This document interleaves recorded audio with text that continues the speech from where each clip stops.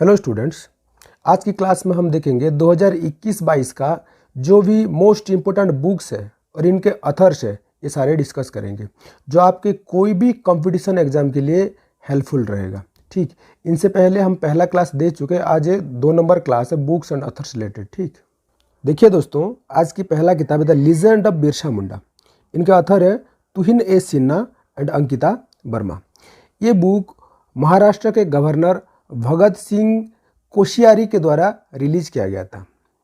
ये बुक एक स्टोरी है एक tribal hero Birsa Munda who courageously fought against the Britishers, जिन्होंने अंग्रेजों के खिलाफ एक ब्रेवली और करेजियसली जिन्होंने युद्ध किया था, इसके बारे में इसमें डिपिक्ट किया हुआ है।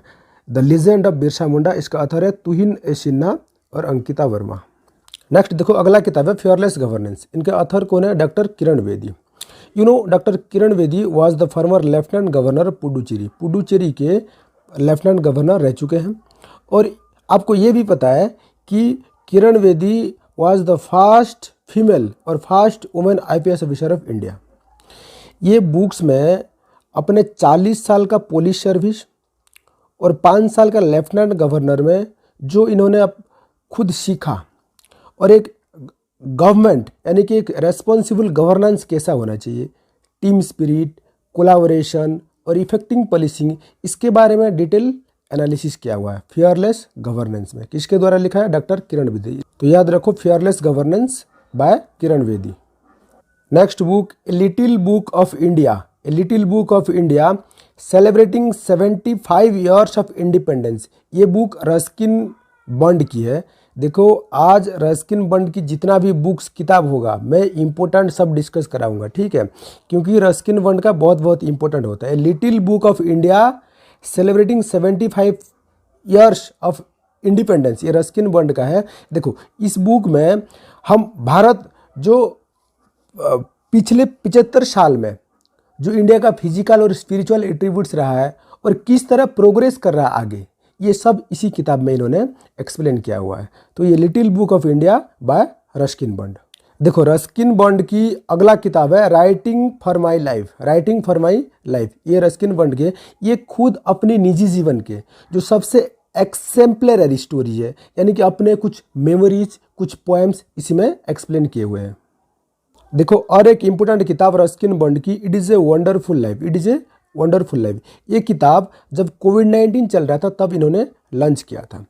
तो इस किताब में ये लिखा है कि हम अपनी ज़िंदगी में कैसे पॉजिटिविटी लाएं, कैसे हैप्पीनेस लाएं, और हम जो डे टू डे ज़िंदगी में हम जैसे कोई भी एंजाइटी या जो बैड न्यूज़ को किस तरह से हम टैकल करें, यानी कि हमारे जो डेली एग्जिस्टेंस है, ये सब इन्हीं किताब में it is a wonderful life में उन्होंने एक्सप्लेन किया। किसका है? याद रखो, it is a wonderful life Ruskin bond. अभी हमने 3 इंपॉर्टेंट पढ़ चुके हैं रस्किन बॉन्ड की, ठीक है, याद रखो।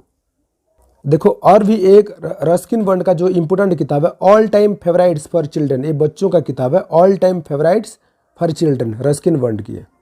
देखिए, नेक्स्ट किताब है द अर्थ स्पिनर। इनका ऑथर कौन है? अनुराधा राय। इस किताब में ये लिखा गया है कि life and mind of Elango the potter, एक कुम्हार है एलांगो नाम से, इनका लाइफ स्टोरी और लव स्टोरी इसमें है। देखो, अगला किताब है लाल सलाम। ये सबसे इम्पोर्टेंट है, नोट करो, इसको स्टार लगा के नोट करना, ठीक है। लाल सलाम एक नोवेल है, किसके द्वारा लिखा गया? Smriti Irani. Smriti Irani, union minister of child and development. देखिए, ये जो अप्रैल 2010 में छत्तीसगढ़ के दंतेवाड़ा में माओइस्ट अटैक हुआ था, माओवादी यानी कि आतंकवादी में अटैक हुआ था, जिसके चलते हमारे देश की 76 जवान 76 सीआरपीएफ जवान शहीद हुए थे। इन शहीद जवानों को वीर गाथा इन नोबेल के ऊपर एक्सप्लेन किया हुआ है। तो ये इसलिए इम्पोर्टेंट हो जाता है हमारे वीर जवानों के लिए है लाल सलाम किताब। तो इसका ऑथर कौन है? स्मृति जुबिन ईरानी। नेक्स्ट देखो, रतन टाटा की biography, acquires the authorised biography of Ratan Tata, किसके द्वारा? थॉमस मैथ्यू के द्वारा लिखा गया। देखो, next book Manohar Parrikar brilliant mind simple life, ये किसके द्वारा लिखा गया? नितिन ए गोखले। नितिन ए गोखले। देखिए, मनोहर पारिकर अपने लाइफ में गांव से किस तरह से आईआईटी के स्टूडेंट बने, फिर सोशल वर्कर बने, फिर इंडिया के डिफेंस मिनिस्टर भी रह चुके थे, और 4 टाइम सीएम ऑफ गोवा। तो इनके जो लाइफ में जो ऑर्डिनरी मैन से पॉलिटिशियन और पेट्रियोट, ये सारे चीज़ें इसी बुक्स में है। Manohar Parrikar, brilliant mind simple life, किसके द्वारा लिखा गया? नितिन ए गोखले। देखिए नेक्स्ट अगला किताब है by many A happy accident recollection of A life. इनका ऑथर कौन है? मोहम्मद हमीद अंसरी। आपको तो पता है मोहम्मद हमीद अंसरी भारत के 2 बार वाइस प्रेसिडेंट रह चुके हैं, 2007 से 2017 कंटिन्यू 2 कंजिक्यूटिव टर्म्स। इनसे पहले कौन?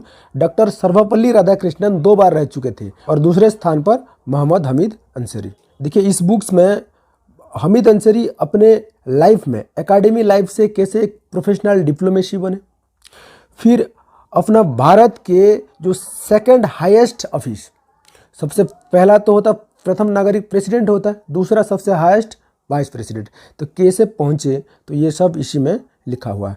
Happy by many A happy accident recollection of A life, किसके द्वारा? मोहम्मद हमीद अंसरी। देखिए अगला किताब है प्रियंका चोपड़ा की है। प्रियंका चोपड़ा की बुक है अनफिनिश्ड। अनफिनिश्ड किताब, ये अपना सक्सेस स्टोरी इसमें लिखा हुआ है, किस तरह से 20 साल की उम्र में अपने करियर फिल्म इंडस्ट्री में किस तरह से वो सक्सेस हासिल किए, ये सारे अचीवमेंट इसी में है। अनफिनिश्ड किताब किसका है? Priyanka Chopra. Next important book the little book of encouragement by Dalai Lama. You know Dalai Lama is a Tibetan spiritual leader. इस बुक के माध्यम में ही has share quotes and words of wisdom to promote human happiness. मानव के हैप्पीनेस, कल्याण के दिग में कुछ वर्ड्स, कुछ क्वेट्स इसी में लिखा हुआ है। The little book of encouragement, encourage करने के लिए, एनकरेजमेंट करने के लिए, आगे दिशा दिखाने के लिए, किसके द्वारा? Dalai Lama.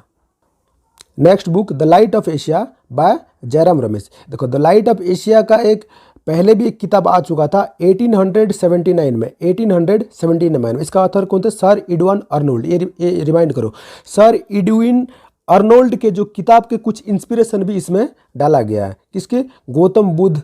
Light of Asia Gautam Buddha ji के, भगवान बुद्ध की जो स्टोरी है इसी में डिपिक्ट है। नेक्स्ट अमिताभ घोष जी की किताब है the living mountain a fable for our times. देखो अगला किताब है जयप्रकाश नारायण की biography the dream of revolution. ये इसका जो लेखक है, राइटर है बिमल प्रसाद और Sujata Prasad. A dream of revolution biography of Jayaprakash Narayan by Bimal Prasad and Sujata Prasad. देखिए नेक्स्ट और वेरी वेरी इंपॉर्टेंट किताब इंडिया दैट इज भारत। आज मैं जितना किताब भी करवा रहा हूँ सारे इंपॉर्टेंट ही हैं, ठीक है। तो ये भी बहुत इंपॉर्टेंट हो जाता है क्योंकि इसका 3 बुक लॉन्च होगा। पहला लॉन्च हो चुका है, पहला पार्ट 15 अगस्त 2021 में पहला पार्ट लॉन्च हो चुका है। दूसरा लॉन्च होगा जून 2022 को और तीसरा लॉन्च होगा जून 2023 को। तो इसीलिए ये इंपॉर्टेंट बन जाता है। इसका ऑथर कौन है? जे साई दीपक, जे साई दीपक। तो देखिए इसमें क्या लिखा है, जो 3 बुक आने वाला है। इंडिया दैट इज भारत, इसमें लिखा coloniality, civilisation and constitution.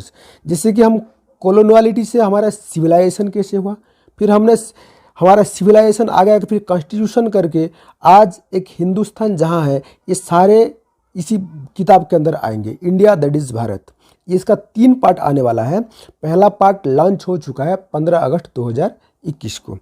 India that is Bharat, इसका ऑथर कौन है? जे साई दीपक। देखो नेक्स्ट बुक है ब्यूटीफुल थिंग्स। इसका ऑथर कौन है? Hunter Biden. हंटर बाइडेन कौन है?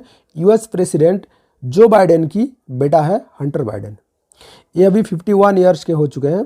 51 year old Hunter Biden has narrated his personal story about how he was a drug addict from his first sips of alcohol as a child.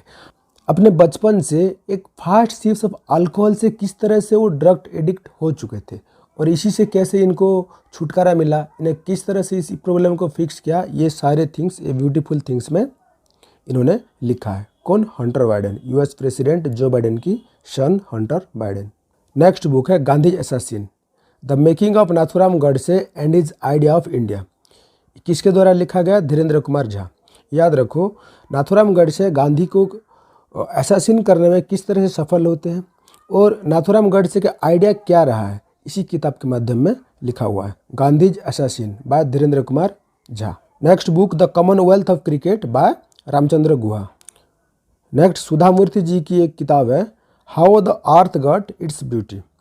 देखिए आज हम जितने भी किताब पढ़ चुके हैं ये एग्ज़ाम पर्सपेक्टिव के लिए बहुत बहुत ज़रूरी है, बहुत इम्पोर्टेंट है। इसको आप नोट डाउन करो और रिवीजन करते रहो, क्योंकि इसमें से कोई भी आ सकता है, क्योंकि 2021-22 का ये सबसे इम्पोर्टेंट है, सबसे इम्पोर्टेंट।